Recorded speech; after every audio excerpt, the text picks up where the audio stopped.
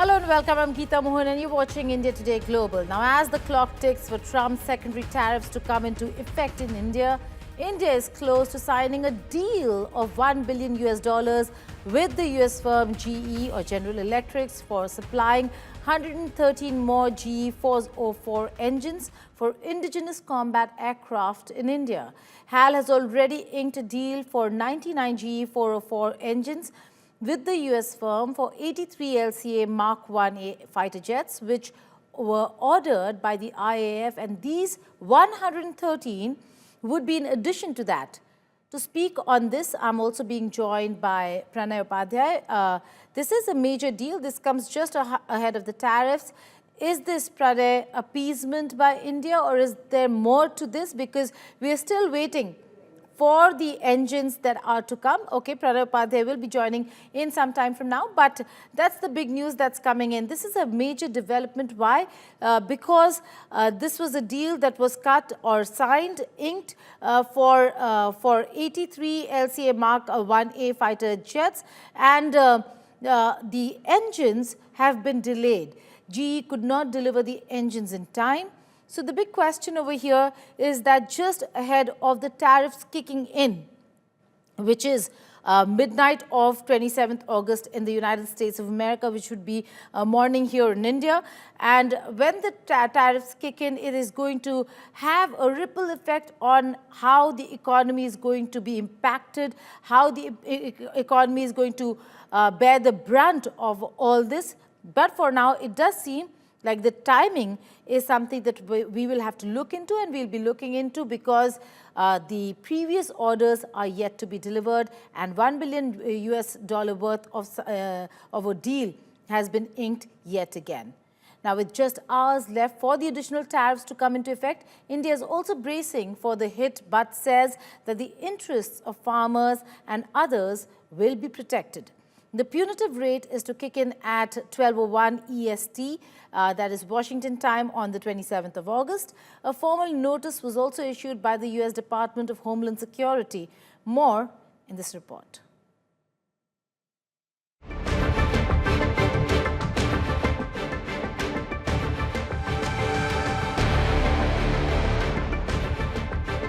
Hours to go after US additional tariff of 25% on India goes into effect, and as India prepares itself for the hit, Prime Minister Narendra Modi has assured Indians that the country will withstand the economic pressure. दुनिया में आर्थिक स्वार्थ वाली राजनीति सबको अपना करने में लगा है। मेरी सरकार लघु उद्यमियों का, किसानों का, पशुपालकों का कभी भी अहित नहीं होने देंगी।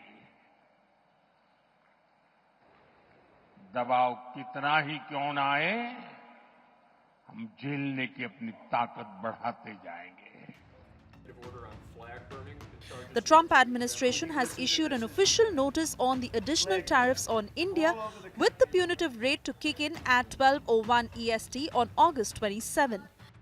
The notice issued by the Department of Homeland Security states that to effectuate the President's Executive Order 1329 of 6 August 2025, which imposed a specified rate of duty on imports of articles that are products of India, Secretary of Homeland Security has determined that appropriate action is needed to modify the harmonized tariff schedule of the United States as set out in the annex to this notice. The duties set out in the annex to this document are effective with respect to products of India that are entered for consumption or withdrawn from warehouse for consumption on or 12:01 AM Eastern Daylight Time on 27th August 2025. India, along with Brazil, has the highest tariff of 50% in the world.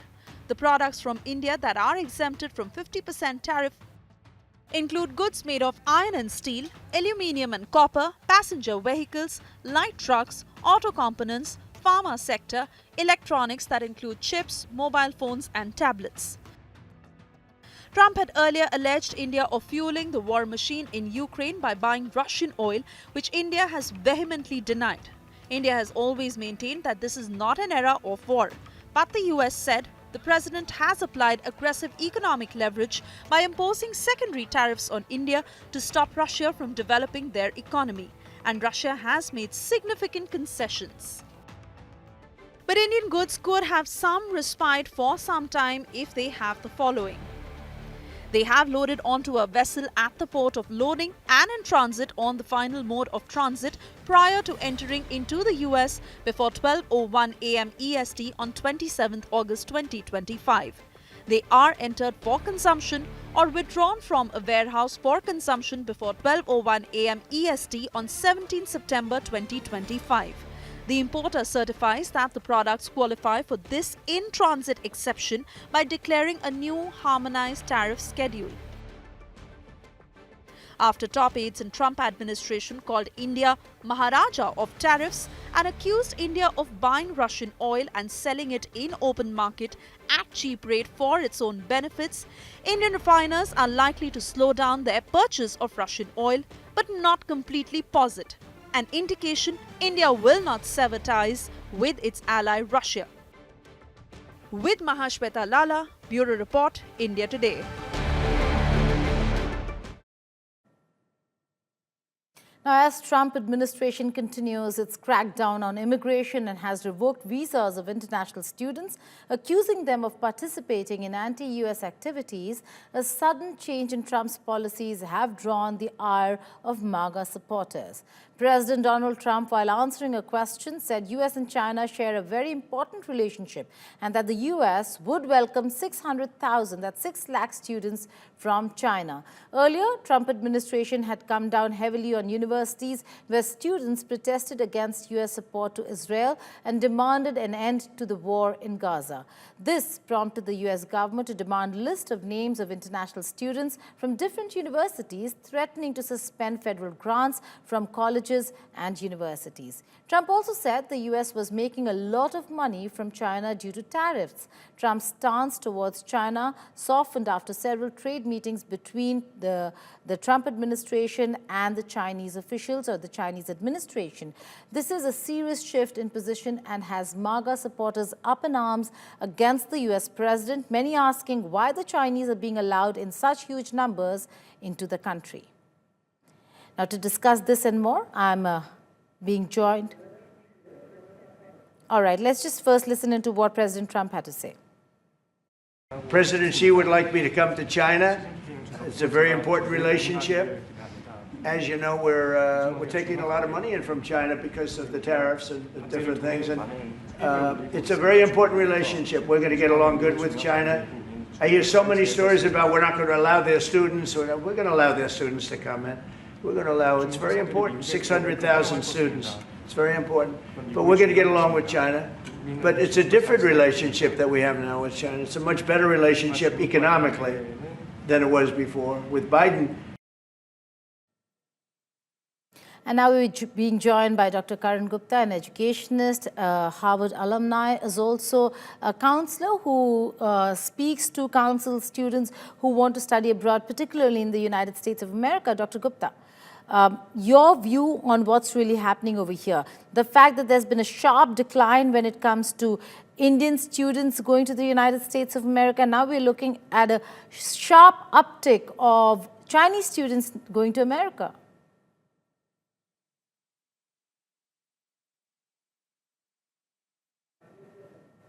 Well, you'll have to unmute yourself, Karan. Hi, Geeta. Thank you so much for having me here today. A very important topic. I mean, end of the day, today we're looking at still India sending the largest number of international students to the US. Things are worrying at the moment. Parents are worried. Students are worried. People want to know what's coming next. But we still have to understand that Indians are still the largest group of international students in the US. We have seen students having issues getting visa dates. We've seen students having issues getting their visas issued itself. It's not been easy this year, but qualified students are still getting visas to the US. Universities in the US are saying that they haven't seen a drop in the number of international students, especially from India. So we are seeing a little bit of a different situation on ground here. Really? There are reports that suggest, Karan, that there has been a decline in the number of students who are going, foreign students itself, in generally speaking, but particularly Indian students, given that the OPT that you need after you finish your course is something that the universities or the administration has been reluctant about, and that does not allow a student to explore oneself in the United States of America, working there after one finishes one's course. So Geeta, once again, these are proposed changes. On ground, nothing has changed. OPT is very much intact. Students are still given permission to stay back and work in the US. When we're talking about lack or rather a drop in enrollment, what universities are doing is that if a student has not secured their visa in time, they're still enrolling online and they're planning to join the university in January. So that is why the universities are not seeing a decline just as yet. What we're seeing, of course, is that the process has become tougher. Things are taking longer.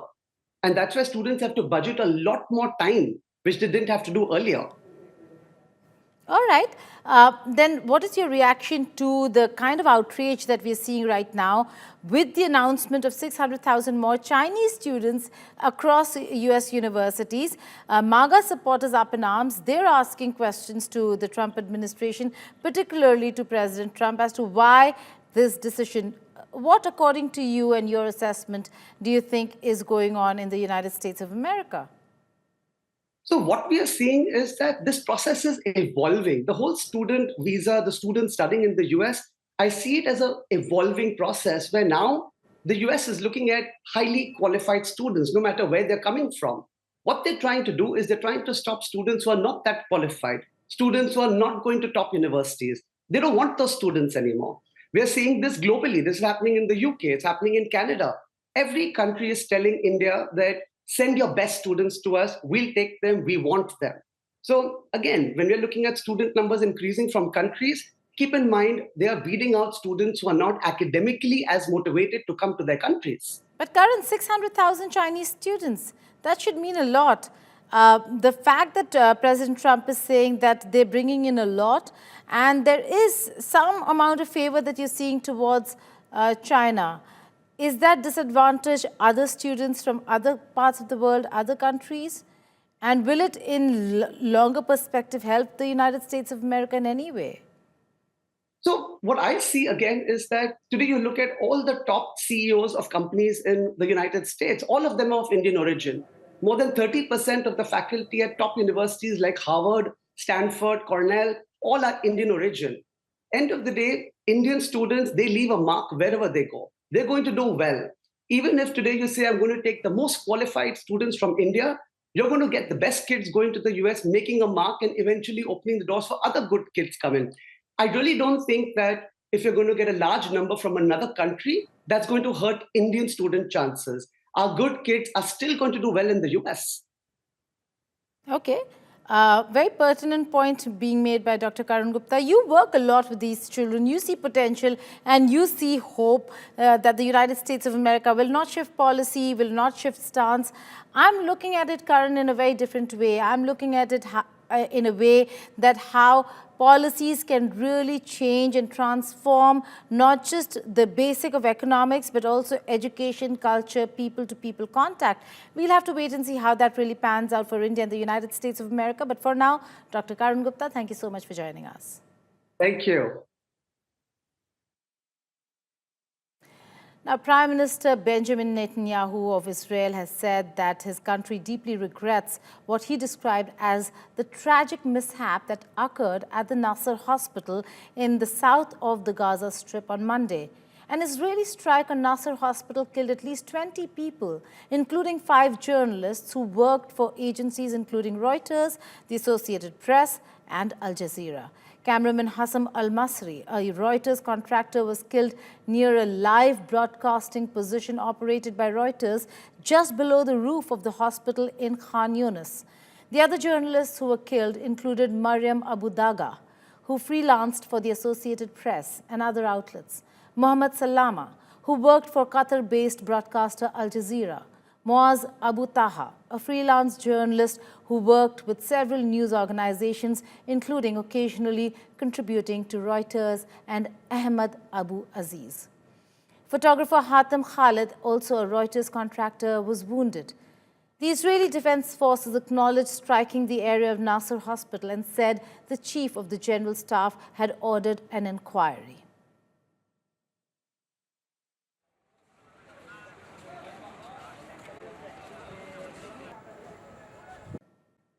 And that's all in this edition of India Today Global. But before I go, here is my take on what's going to happen next between Russia and Ukraine. Budapest is back in the spotlight. Once the site of Ukraine's broken nuclear promise, now a stage for Trump's high-stakes gamble, bringing Zelensky and Putin face to face. Is this the path to peace or a trap of betrayal? Here's an excerpt from Statecraft where we tell you why Budapest was chosen as the place, or could be chosen as the place, for that important meeting. To watch the full show, log on to India Today Global's YouTube channel. Goodbye and take care.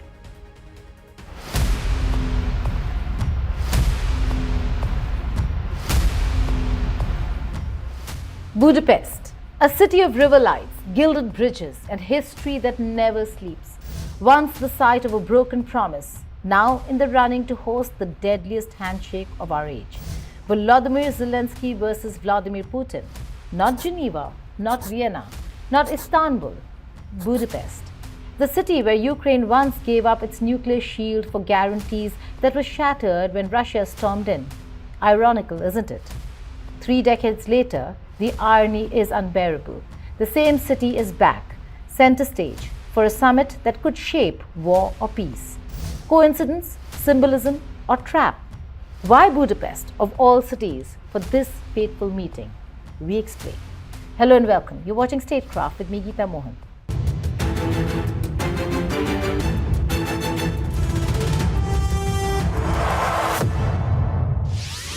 The war rages on, towns flattened, families displaced, economies strained across continents, yet no peace. Multiple talks, unilateral ones but nonetheless. Minsk, Istanbul, Geneva, all ended in smoke. Now Washington is pressing harder. Donald Trump has already staged warm-up acts. Zelensky in Washington, D.C., Putin in Alaska. He wants the grand finale, both men in the same room, same city. Enter Viktor Orban, Hungary's power broker prime minister, dangling Budapest as the stage. For Putin, it's safe, no ICC handcuffs waiting. For Trump, it's friendly turf. For Zelensky, it's uncomfortable but hard to reject. But given Budapest's haunted history, is this really neutral ground or a loaded trap? Budapest isn't just another European capital. It's the city where Ukraine was stripped of its nuclear future. In 1994, Ukraine surrendered the world's third largest nuclear arsenal, thousands of warheads, missiles that could reach Moscow, Washington, even Beijing. In return, Kyiv was promised security. The Budapest Memorandum guaranteed Ukraine's sovereignty, signed by Russia, the United States of America, and the United Kingdom. Fast forward, Crimea seized in 2014. Full-scale invasion in 2022. Russia tore the memorandum to shreds. The guarantees were empty words. Now talks may circle back to Budapest. The irony cuts deep. Can the city of betrayal really host the language of peace? Every conflict has its stage. Geneva, classic, safe, neutral. But Geneva reeks of Western oversight. Too close to NATO's orbit for Moscow's taste. Vienna, the Cold War's favorite meeting place, but neutrality is no longer believable to Moscow. Istanbul, it once held promise. Delegations drafted documents there in 2022. But trust died with the failure of those talks, and the city became a symbol of dashed hope. Budapest steps in. Hungary left the ICC. No risk of Putin being detained. Orban keeps doors open to Moscow and Kyiv. For Trump, it's perfect optics. For Zelensky, it's bitter but unavoidable. Viktor Orban thrives on contradiction. He rails against Brussels yet enjoys EU money. He criticizes NATO yet stays under its shield. He shakes Putin's hand yet negotiates with Zelensky. Trump sees Budapest not as neutral ground but as theatre. This could first be a bilateral, but should it be a trilateral? Picture Trump striding into Budapest's parliament building, two enemies on either side. He claims the spotlight. He brands himself as peacemaker. He eyes history and maybe a Nobel. Budapest for Trump is stagecraft made flesh. For Zelensky, Budapest is personal pain. The 1994 memorandum is a wound carved into Ukraine's history. Ukraine gave up its nuclear shield. What did it get? Tanks in its cities, missiles on its homes, mass graves in its soil. In diplomacy, least bad often wins. Not everyone buys the Budapest pitch. Poland, Ukraine's loudest backer, is alarmed. Another Budapest sounds like another betrayal. Memories of 1994 still burn. France frowns too. Macron prefers Geneva, neutral ground without Orban's shadow.